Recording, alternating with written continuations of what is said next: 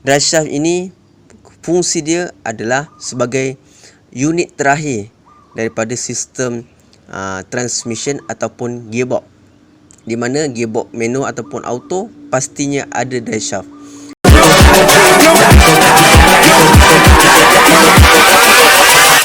Hold up. Okay, Assalamualaikum warahmatullahi wabarakatuh.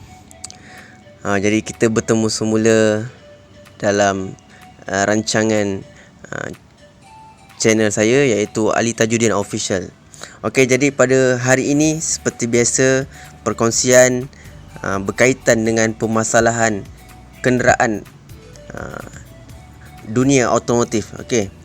Jadi pada hari ini projek baru, tugasan baru yang saya nak share pada korang, iaitu pertukaran drive shaft boot. Okey, sebelum saya menjelaskan ataupun menerangkan macam mana prosedur untuk menukar drive shaft boot, terlebih dahulu saya nak menjelaskan pada korang ataupun nak menerangkan pada korang kefungsian sesuatu sistem yang kita ingin tukar. Okey, drive shaft yang berada di hadapan saya ini, iaitu drive shaft di bahagian kiri roda. Okey, drive shaft dia akan ada dua, iaitu belah kiri, kanan. Belah kanan dia akan lebih panjang, berbeza daripada yang belah kiri. Okey, jadi drive shaft yang koyak ni adalah belah kiri, model Pro 2 kancil. Okey, tuan-tuan, saya ingin menjelaskan apa kefungsian drive shaft ini. Drive shaft ini fungsi dia adalah sebagai unit terakhir daripada sistem transmission ataupun gearbox, di mana gearbox manual ataupun auto pastinya ada drive shaft. Di mana kefungsian dia adalah sebagai unit terakhir yang menghasilkan daya kilas daripada gearbox itu sendiri. Dia akan memberi kelajuan yang pemandu itu ingin lakukan, dan drive shaft ni akan sebagai unit terakhir yang akan beri kepada roda. Okey, jadi kalau drive shaft ini tidak bekerja ataupun tidak berfungsi dengan baik, dia akan menghasilkan simptom-simptom yang kurang sedap untuk kita dengar sebagai pemandu kereta ni. Antara contoh-contohnya, simptom dia macam yang saya lalui,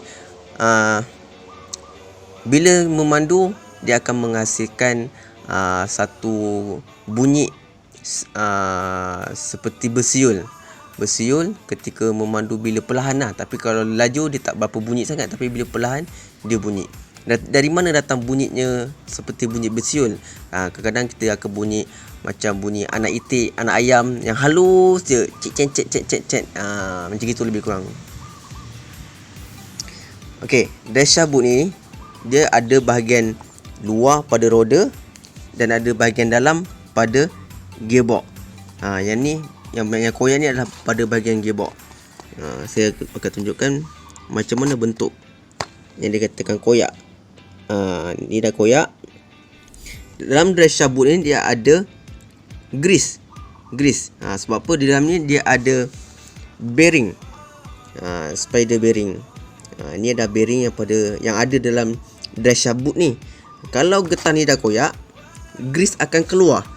Bila grease akan keluar, jadi di dalam drive shaft boot ni tak ada pelinciran untuk pada bearing ni. Sebab itulah dia akan menghasilkan satu bunyi yang macam siulan, bunyi yang kurang sedap. Sebab apa? Dia bergesel tanpa ada pelinciran. Jadi sebelum berlaku yang lebih teruk pada drive shaft ni, boleh kadang-kadang dia akan boleh menyebabkan satu free play ataupun banyak clearance pada rumah dia ni. Dia akan, bila kita memandu, steering kita akan rasa gegar, pada tayar kita akan rasa macam gegar, kurang sedap lah. Ini pun ada antara simptom yang akan terjadi bila kita tak membuat tindakan untuk menukar drive shaft boot yang baru. Kalau baru koyak, drive shaft boot kita boleh tukar yang baru.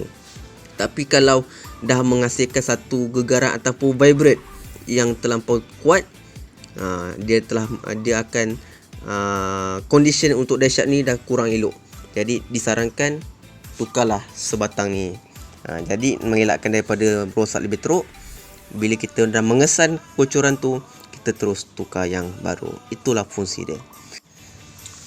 Okey tuan-tuan, saya nak menerangkan prosedur macam mana untuk kita mengeluarkan drive shaft biji ni. Drive shaft ni. Di mana drive shaft ni dia bersambung pada bahagian gearbox, iaitu pada bahagian dalam, dan pada bahagian luar ni dia akan bersambung pada bahagian knuckle tayar ni. Knuckle tayar. Jadi sebelum korang nak cabut drive shaft ni keluar seketul, korang kenalah buka penyambungan yang berada di pada bahagian sistem tayar ni, iaitu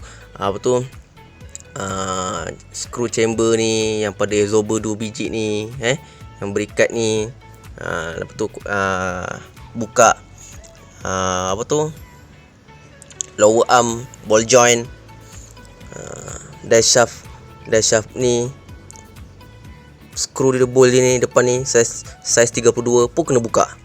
Bila korang dah buka, korang boleh selak untuk keluarkan pada bahagian luar dulu, barulah korang kena congkel pada bahagian dalam. Dia tak susah pun tuan-tuan, hanya perlu menggunakan peralatan mencongkel. Saya menggunakan pahat.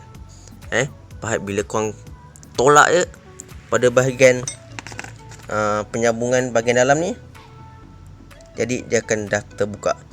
Minyak akan terkeluar je tuan-tuan. Minyak gearbox akan keluar.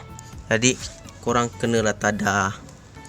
Kena tadah. Dan lepas tu korang kena masukkan balik minyak ni. Selepas dah masuk semula drive shaft, baru korang masukkan minyak balik. Jadi bila kita dah beli drive shaft boot yang baru, korang kena buka dulu bahagian bearing, spider bearing ni menggunakan C-clip plier. C-clip plier ni dia ada satu clip, korang kena buka. Bila buka baru korang boleh keluarkan bearing spider ni. Korang tujuannya untuk buka sebab kita nak keluarkan drive shaft boot yang lama lah. Jadi bila dah masuk drive shaft boot yang baru, lepas tu korang kena masukkan balik bearing ni. Masukkan bearing semula, masuk C-clip semula. Lepas tu korang kena masukkan grease drive shaft. Jangan korang masukkan grease yang tu pula, rubber grease, heavy duty grease, tak boleh pakai. Dia ada khas, iaitu drive shaft dia berwarna hitam lah. Penuhi pada bahagian bearing ni, dalam ni, dalam rumah dia, kepala dia ni. Lepas tu korang masuk semula. Dan last kali korang kena ikat klip yang mengikat drive shaft boot ni. Barulah selesai kerja pemasangan drive shaft boot. Lepas dah selesai, korang kena masuk semula pada bahagian gearbox dan selesaikan semua kerja-kerja yang pada awalnya tadi. Pemasangan semula skru-skru, ikat pada tayar semua, dan selesailah proses pemasangan drive shaft boot korang. Okay. Jangan lupa share pada kawan-kawan. Semoga ilmu ni memberi manfaat dan korang boleh lakukan sendiri bila anda terjadinya masalah yang sama macam saya lalui, dan jadikan sebagai panduan dan jadikan sebagai ilmu yang bermanfaat. Jangan lupa share pada yang lain. Okay, kita jumpa lagi pada next video yang saya akan share pada korang, dan juga jangan lupa follow channel saya. Okey, saya akhiri dengan Assalamualaikum warahmatullahi wabarakatuh.